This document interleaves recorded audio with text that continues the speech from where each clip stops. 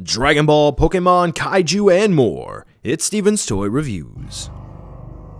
Hey, hello there collectors, it's Steven here, and I'm bringing you yet another Metroid review. Today we're going to be taking a look at the GameStop exclusive World of Nintendo Ultraviolet Metroid. Almost every GameStop store on September 12th, 2019 received one of these in stock, and this was a rather stealth release by Jax. They talked about it at conventions but never confirmed a release date, but it's finally here. At $25, it's about 10 more than the original MSRP. Is this thing worth picking up? Let's take a look to see whether or not it's worth adding into your collection. So this is essentially a repaint of the original 6-inch World of Nintendo Metroid release. So in terms of sculpt and how they overall treated this figure, it's not going to be that much different. However, there are a couple of differences, and we're going to mostly see those once we get the blacklight feature going on the box. Yep. So the main difference that we're going to have here is that you can kind of already sort of see some veins on the membrane of the Metroid here. I wonder what those might be for, huh? Not like you actually saw the opening shot in the review or anything, right? Right.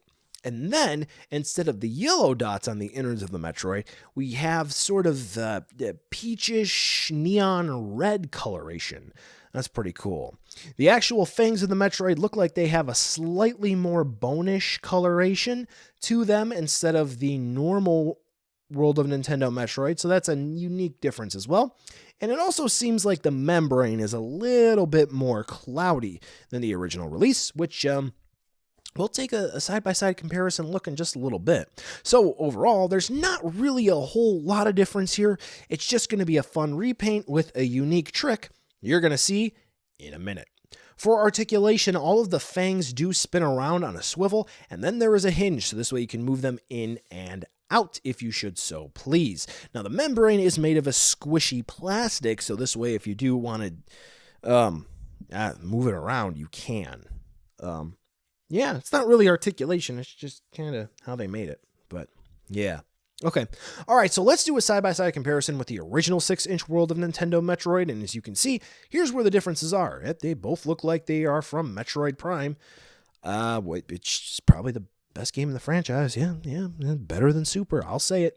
Yeah, that's where the differences are. Different paint scheme, pretty much. Yep, okay.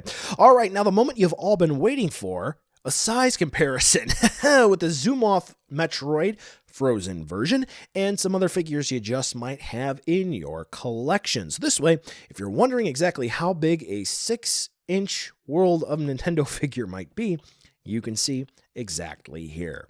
All right, now the real thing you've all been waiting for, because I had to keep you on to the end of the review somehow. Let's talk about the accessory, and that's actually going to be the box that the Metroid comes with. Throughout the box, it does have Samus in her Metroid Prime version of the Varia suit throughout, and as you can see on the back, it even gives you a nice little blurb on the Metroid there. Ooh, pretty cool. All right, enough about the actual packaging. Let's get to the feature. The actual point of the Metroid here is to have paint that is reactive to a black light, the ultraviolet gimmick. Now, the box does actually come with a button you can hit, and boom, you get a black light. Ooh, and that makes the Metroid light up. Here's the problem. The way they originally sort of kind of teased this, they made it seem like the Metroid would light up. Not that you needed a black light to do it. Not that you're going to have to keep the box around to use the unique gimmick of the figure. So yeah, if you're a mint in box collector, congratulations, this is perfect for you because you can't get the thing to actually glow without a black light, which the box has. And you can't disassemble the box to pull out the LED strips, or whatever they would technically be called for the black light, because you're going to destroy the strips. I tried. I didn't destroy the strips, but I couldn't take them out of the box because of all the insane amounts of hot glue. And as you've been seeing here, unfortunately, other Metroids don't really react except for the 6-inch World of Nintendo Metroid, where that dome, the membrane, becomes a rather unique slime green looking thing in person. Not really able to capture it too well on camera. So yeah, very limited usage to other Metroids. So buy now, skip, or wait for a deal. At $25, even though it has a rather unique paint scheme that probably took a lot of effort to really get it to react to a black light, and then there's the actual box that does have the black light built in, I do actually kind of feel like it's not quite justified at $25.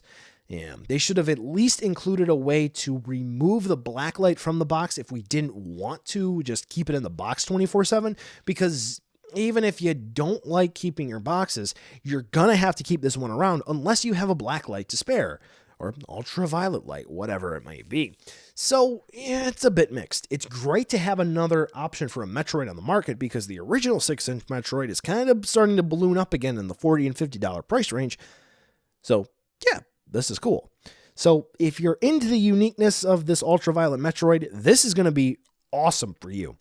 I got two because I'm me. I love Metroid.